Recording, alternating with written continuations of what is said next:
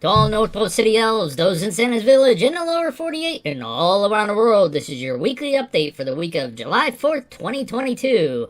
I am your host, Walter Mistletoe Livingstone. And I'm your co-host, Becky Marshmallow Livingstone. Let's go to press. For the week of July 4th, 2022, your sponsor will be Susie Marco's Cafe. Located at 195 Evergreen Lane, Susie Marco's Cafe features 25 different syrup flavors, including everyone's favorite, elfinberry. When you're looking for a great breakfast, make sure you stop by Susie Marco's Cafe. Update from Santa's Village. Santa reports that the workshops and factories are going back to a limited crew for the summer break starting today, July 4th. All of those workers who have not been granted makeup time due to illness or have approved overtime are to check out at the end of the day and enjoy your summer break. Santa plans on visiting with everyone out at Polar Bear Camp this year and wants everyone to come out to camp if you can. From the Department of Healthland Security, Edward Hinklemeyer has put out a memo stating that all executive offices for Santa's Village will be working one more day past the shutdown of the factories and warehouses in order to secure all paperwork and data for the summer break. No overtime has been granted to any of the executive offices this year. The division of WWWPR has posted a newly updated Reindeer Games booklet on the North Pole City Sports League page. If you plan on attending and participating in the games this year out at Polar Bear Lake, it is highly recommended that you download and review the new booklet, as there are some new games this year and some of the rules of the older games have changed. In North Pole City weather, temperatures will be in the low 40s this week, with a rainstorm expected on Wednesday and into Thursday. High winds will also be expected with the storm. Be extra careful as you move about the city during the storm. We have a very special update from WELF NPC North Pole City Radio. I'm actually going to turn this over to our investigative reporter so that she can share this information with you. Thanks, Walter. I have information from an anonymous source in the security division. He indicated that they have identified hidden cameras. Hidden cameras, Walter! They also indicated that the camera transmissions are pointing towards Antarctica and the South Pole. Now this, coupled with the discussion that many pieces of evidence support to a former legendary figure, well, this seems to indicate they would have zeroed in on just one legendary figure who lives at the South Pole. Now, without verification, though, we hesitate to name names just yet. Stay tuned for more updates and anything else that we can find out. For this week in Elf history, on July 4th of 1862, Reverend Charles Ludwig Dodgson, who wrote children's stories under the pen name of, you named it, Lewis Carroll, first told the story later to be known as Alice in Wonderland to 3 young daughters of Henry Little, Dean of Christ Church in Oxford, on a boat trip with a picnic lunch. On the anniversary of this date, July 4th of 1865, just 3 years later, the first edition of the book was to be published. On July 4th, 1862, Dodgson, who was a professor of mathematics at Christ Church College in Oxford, set out on a rowing expedition up the Thames River. With him on this trip were 3 young daughters of the university's dean, Lorena, Alice, and Edith, and Dodgson's friend, Robinson Duckworth. On this trip, Dodgson told a story that he called Alice's Adventures Underground, about a bored child called Alice who follows a white rabbit and ends up having a series of odd adventures. Now we know this is the actual date as he wrote about it in his diary. More information about this diary entry will be in the Peppermint Post this week. Now Alice, who was the middle child and age 10 at the time, quite enjoyed and adored the story and begged Dodgson to write it down.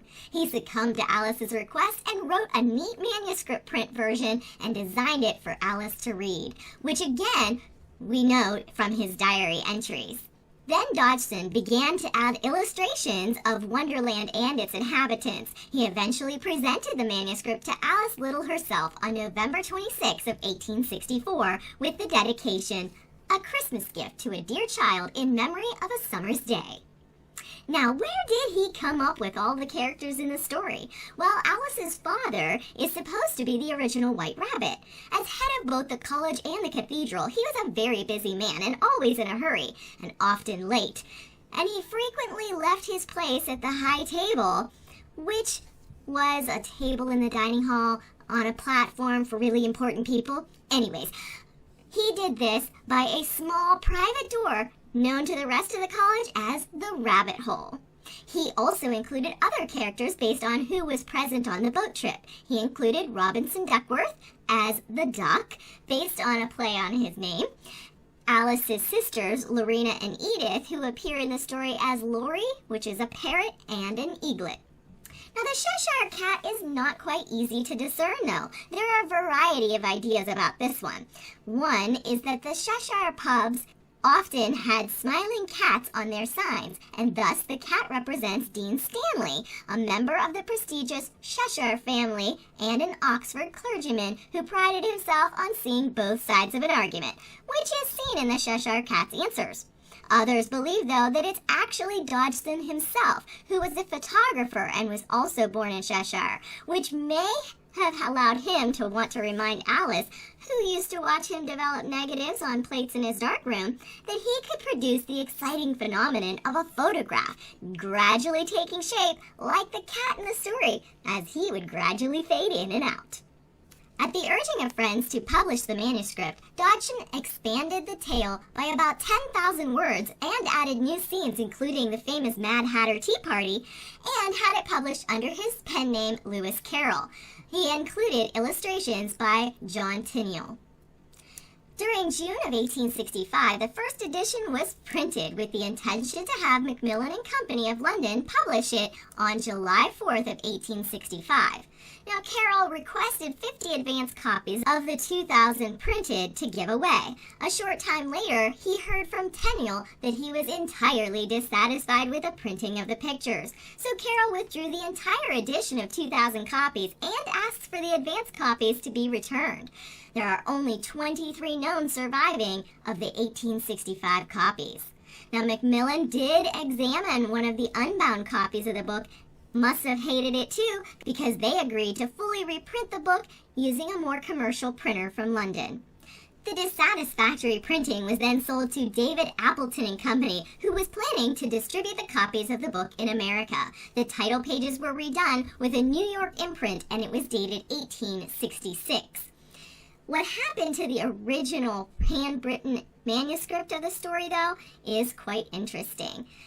Alice Little maintained a possession of the manuscript until 1928, when she was forced to sell it to pay death duties after the death of her husband. The manuscript was then sold at auction at Sotheby's for £15,000 to an American dealer named Dr. Rosenbach. He sold it to Eldridge Johnson when he returned to America, and after Johnson's death in 1946, it was sold again at auction to a wealthy group of American benefactors who donated it to the British Museum in 1948. The return of this important work to the British people was supposed to be for a token of gratitude for Britain's stand against Adolf Hitler during World War II. It is held today by the British Museum, and it is now also provided in digital scans that can be viewed online. Links to this and the full expanded Alice's Adventures in Wonderland, as it would later be called, will be in this week's edition of the Peppermint Post. The North Pole City Commerce Association is still seeking donations for the North Pole City Sports League's Reindeer Games and the Campout Basket Raffle. Bring any donations to the North Pole City Commerce Association meeting this week if you can. This week's meeting will be held at North Pole City Hotel again, commencing at 7 a.m. sharp. The North Pole City Council is asking city workers to begin hauling firewood to Polar Bear Lake Campground and to begin checking all the campsite fire pits, etc. to make sure we're prepared for the upcoming campout and Reindeer Games week. The council has already authorized any repairs that may be needed out at camp, and all is to be ready to go as soon as possible. The North Pole City Sports League is reporting that limited spots remain for the campout. As expected, we are close to 200,000 campsites reserved for the event. If you have not reserved your spot yet, contact the North Pole City Sports League today. Offices are open daily until 6 p.m. Please be sure to get your reservations in sooner than later. For community events this week, to celebrate Take Your Webmaster to Lunch Day on July 6th, express your gratitude to them in some way for their tireless contributions, and lunch will be provided for all the members of the WWWPR division on Wednesday at the North Pole City Hotel. For Sugar Cookie Day on July 9th, there will be a sugar cookie exchange in Town Center. This is a great means to share recipes and garner new ideas for future batches of these sweet delicacies. Bring a batch of your sugar cookies and the recipe to share out.